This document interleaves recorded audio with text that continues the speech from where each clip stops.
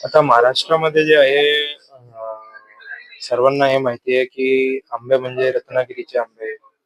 हापूस हापूस म्हणजे रत्नागिरीचे. त्यानंतर आपल्याला सर्वांना माहिती आहे द्राक्ष म्हणजे नाशिकचे.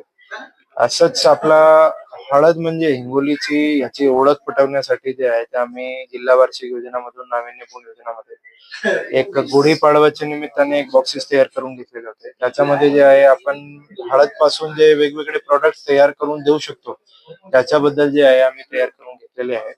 आणि आम्हाला असं वाटतं की जवळपास हिंगोली जे आहे ते 15% भारताची हळद जे आहे ते उत्पादन करतात.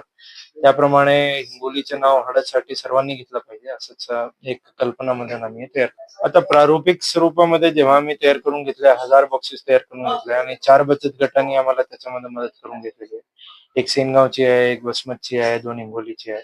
मग ह्याप्रमाणे जे आहे मला असं वाटतं की हळूहळू जसं हे बिझनेस जे आहे याच्यामध्ये आम्हाला हे बिझनेस निर्माण करून घ्यायचा आहे. बिझनेस जसं निर्माण झाला की मग बरेच बचत गट जे आहे याच्यामध्ये इन्व्हॉल्व होऊ शकतो.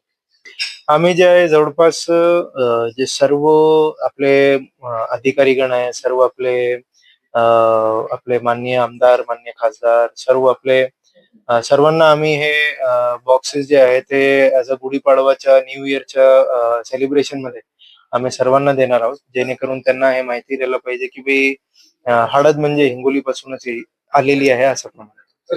आम्ही जे आहे याच्यामध्ये 8 प्रोडक्ट तयार करून घेतलेले आहे. आधी जे आहे बचत गट लोणच आणि हळद पावडर तर करतच होतो. त्या व्यतिरिक्त जे आहे ते आम्ही कुमकुम, फेस क्रीम, सोप, त्यानंतर टर्मरिक ऑइल, त्यानंतर कच्ची हळद, त्यानंतर त्याचे बल्ब, फिंगरलिंग वगैरे सर्व याच्यामध्ये टाकलेले आहे. जेणेकरून सर्वांना जे आहे कमीत कमी हे प्रोडक्ट्स जे आहे ते वापर करता येतील. आम्ही आता लायसन्सची थोडी प्रयत्न करतोय. लायसन्समध्ये जसं आम्हाला एक शेवटचा लायसन्स आम्हाला मिळाला, की मग आम्ही याला कमर्शियलाइज करून म्हणजे टेक्नॉलॉजिकली कशाप्रमाणे त्याला प्रमोट करता येईल तो पण आम्ही करणार. त्याचे दर काय?